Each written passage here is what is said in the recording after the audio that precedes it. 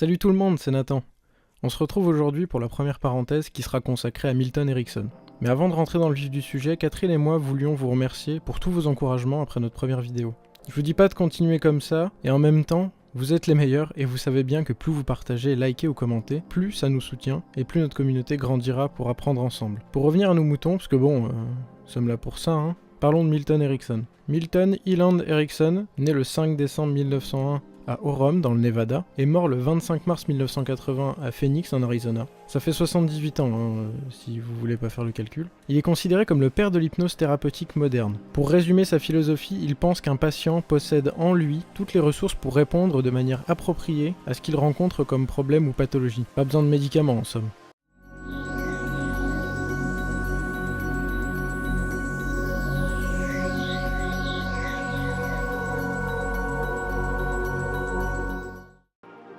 Pour ses origines, Milton Erickson est le descendant d'immigrés scandinaves par son père, Charles, et possède du sang indien par sa mère, Clara. Il était atteint de troubles sensoriels et perceptifs congénitaux.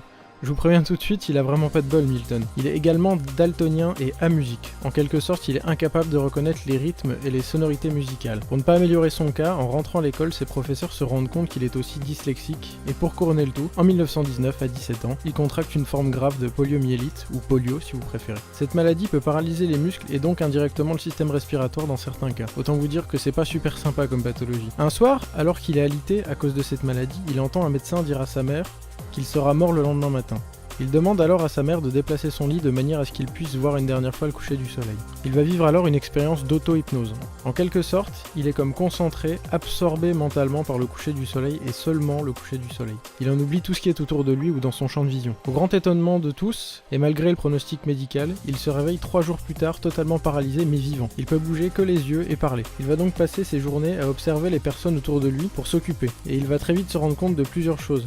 La plus importante, notre corps parle tout autant que notre voix. Par exemple, il dira plus tard de ses sœurs, elles pouvaient dire oui et penser non en même temps. C'est ce que l'on appelle une incongruence, une différence entre le langage des mots et celui du corps. Tout ce temps alité va lui permettre également de redécouvrir des phénomènes hypnotiques et les utiliser à des fins thérapeutiques sur lui-même. Il dira « Je ne pouvais même pas dire où se trouvaient mes bras et mes jambes dans mon lit. C'est ainsi que j'ai passé des heures à essayer de localiser ma main, mon pied ou mes orteils, en guettant la moindre sensation.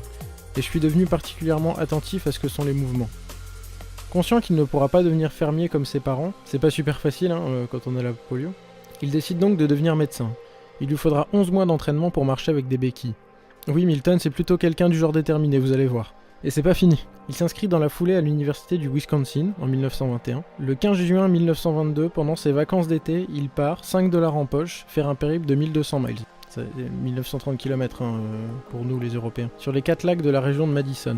Périple duquel il reviendra capable de marcher et de porter son canoë sur le dos. Toujours ses 5 $ en poche. Ah, je vous avais prévenu, il est tenace. Au passage, il se mariera pour la première fois en 1923. En 1923, Milton assiste à des séminaires sur l'hypnose organisés dans son université par Clark Leonard Hull, un comportementaliste. Au printemps de la même année, Hull va d'ailleurs demander à Milton de poursuivre ses recherches sur l'hypnose pendant l'été et d'en faire un compte-rendu pour son prochain séminaire de rentrée. Étant donné que Milton possède ses convictions à lui, qui sortent un peu des sentiers battus, oui parce que s'il avait fait comme tout le monde, on serait pas là aujourd'hui à parler de lui, on est d'accord.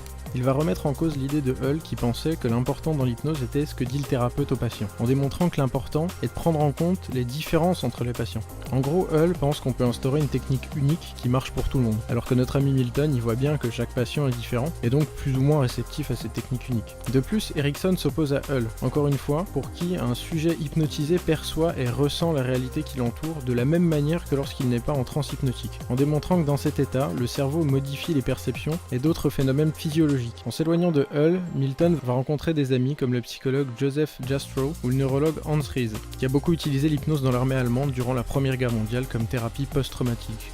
Oui, parce que ça devait pas être très joli à voir Verdun par exemple.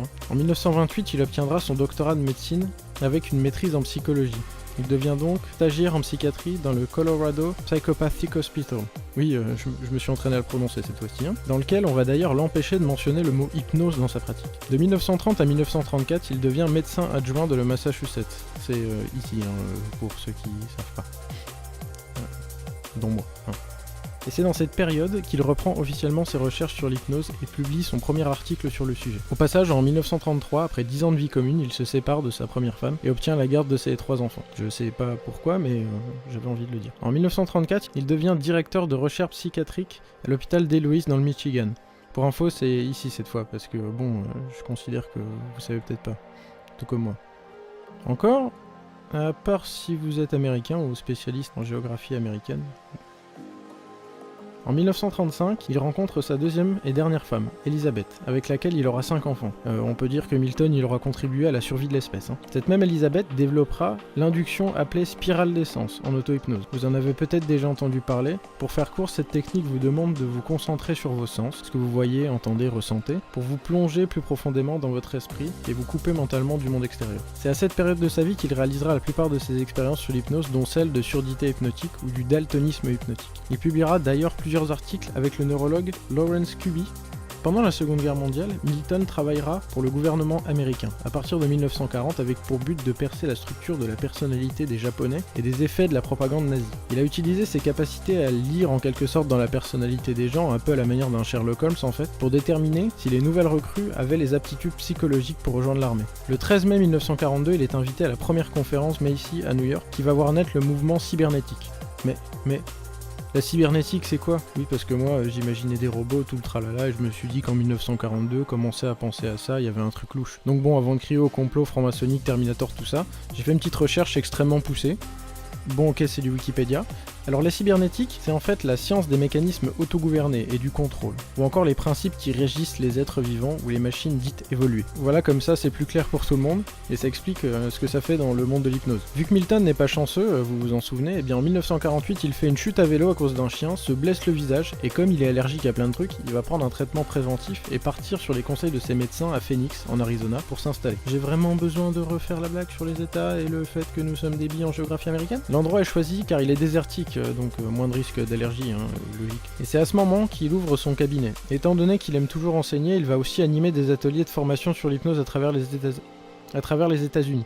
En 1950, il va même travailler pour la NASA, qui s'appelle NACA à l'époque, sur la distorsion du temps hypnotique. Et lors de sa 51e année, il va être victime d'une deuxième attaque de polio, cette fois-ci qui va le laisser bien plus handicapé. À partir de ce moment-là, il va se déplacer en fauteuil roulant et combattre des douleurs chroniques grâce à l'auto-hypnose. C'est d'ailleurs cette chaise roulante qui lui vaudra son surnom de guérisseur malade, que j'aime beaucoup au passage. C'est classe, en fait, je trouve.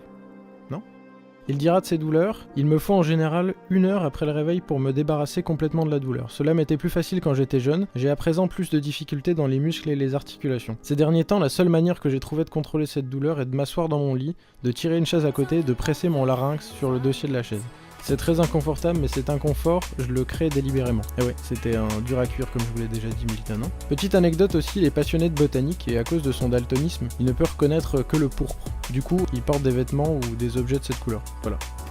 Ça sert pas à grand chose de savoir ça, mais j'aimais bien la petite histoire. En 1953, pendant un séminaire à San Francisco, il va rencontrer Jay Haley, comme la comète, qui effectue des recherches sur la communication. Après s'être rencontrés plusieurs fois par la suite, ils vont travailler ensemble, accompagnés d'autres chercheurs de 1955 à 1960, échangeant leurs expériences et les réactions qu'ont eu leurs patients. En 1957, ils fondent l'American Society of Clinical Hypnosis avec William Kroger pour proposer une hypnose basée sur l'induction. L'induction, c'est un peu le chemin à faire entre l'état de conscience cognitive et l'état de transe. Pendant cette période, il sera aussi directeur du journal d'une association. Il aura un peu touché à tout. En 1973, après la publication de Uncommon Therapy par Haley, un thérapeute hors du commun en français, Erickson devient connu du grand public et arrête son activité d'hypnothérapeute dans l'année, et se met à rencontrer des chercheurs / professeurs venus du monde entier pour parler avec eux d'hypnose ou de vie en général. En décembre 1980, c'est la consécration. Un congrès international dédié à Milton Erickson est organisé à Phoenix. Seul problème, il meurt le 25 mars de cette même année d'un choc septique. Pas de bol. C'est nouveau. Son corps sera incinéré et ses cendres dispersées en haut du mont Squaw Peak, endroit où il envoyait souvent ses patients ou élèves s'entraîner à méditer en quelque sorte.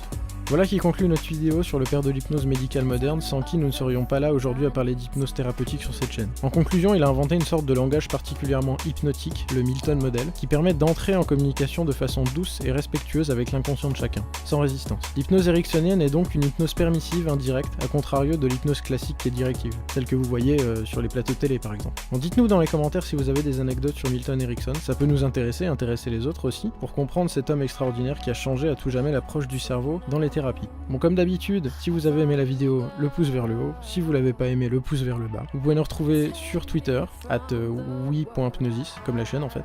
Si vous voulez rien rater, abonnez-vous à la chaîne et cliquez sur la petite cloche pour avoir des notifications à chaque fois qu'on sort une vidéo. Je sais qu'on vous a fait attendre pour la deuxième. On essaiera d'être plus rapide pour la prochaine. Voilà, c'était Nathan, et à la prochaine.